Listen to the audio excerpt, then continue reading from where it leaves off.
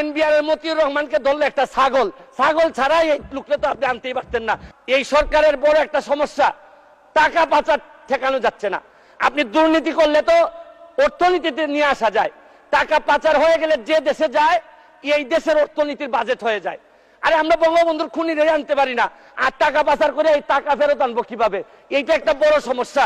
টাকা পাচার করে আমাদের বাজেট সংকুচিত হয়ে যাচ্ছে। মাননীয় স্পিকার, আরেকটা জিনিস, এই সরকারে রাসেল ভাইপার সাপ চলে আসছে। মাননীয় স্পিকার, এই সাপ আসার কারণে সরকারে যখন সাপ আসে প্রকৃতিতে বেজি থাকে, এই বেজি করে কি সাপরে নিয়ন্ত্রণ করে।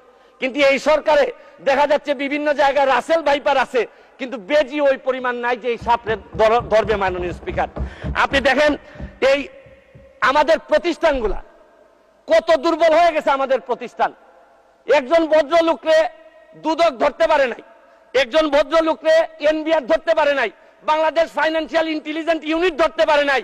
আর এনবিআর এর মতিউর রহমানকে ধরলে একটা ছাগল ছাড়া এই লোকটা তো আপনি আনতেই পারতেন না। ছাগলের কাণ্ড হওয়ার কারণে আর ফেসবুক ভাইরাল। 1 মিনিট বক্তব্য আপনার বরাবর অ্যাপ্লিকেশন আছে। আমি 247 ইনভোক করতেছি। এখানে 247 হচ্ছে কি আমার বিরুদ্ধে এখানে একজন মাননীয় সংসদ সদস্য আমার বিরুদ্ধে অভিযোগ দিয়েছেন।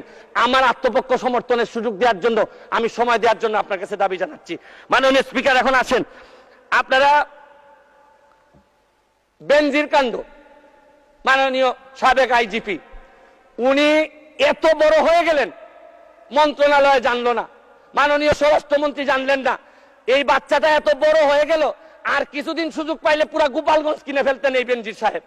তারপরে এইটার দায় এই মন্ত্রণালয় এড়াইতে পারে না। মাননীয় স্পিকার, এখন আপনারা কালো টাকা সাদা করবেন, আমার কোনো অসুবিধা নাই। যদি মনে করেন টাকা রয়ে গেছে, কিছু টাকা জমানো বা বিভিন্ন অলস টাকা রয়ে গেছে, এটারে সাদা করবেন, কোনো অসুবিধা নাই। কিন্তু এই সাদা করার মধ্য দিয়া বেনজির আর মতিউরের টাকাও যদি সাদা হয়ে যায়, আর এদের ভবিষ্যৎ প্রজন্ম উত্তরাধিকার, আদর্শের উত্তরাধিকার যারা, তাদের টাকাও যদি সাদা হয়, তাহলে এই সময় শেষ, 1 মিনিটে শেষ করুন। মাননীয় স্পিকার, এরপর আমি বলতে চাই, মাননীয়, আমি সিলেটের মানুষ। আমার সিলেটে আমি যখন বক্তব্য রাখতেছি লক্ষ লক্ষ মানুষ পানিবন্দী। আমি আপনার মাধ্যমে মাননীয় প্রধানমন্ত্রীর কাছে দাবি রাখতে চাই, একটা হাইড্রোলজিক্যাল একটা রিসার্চ করেন।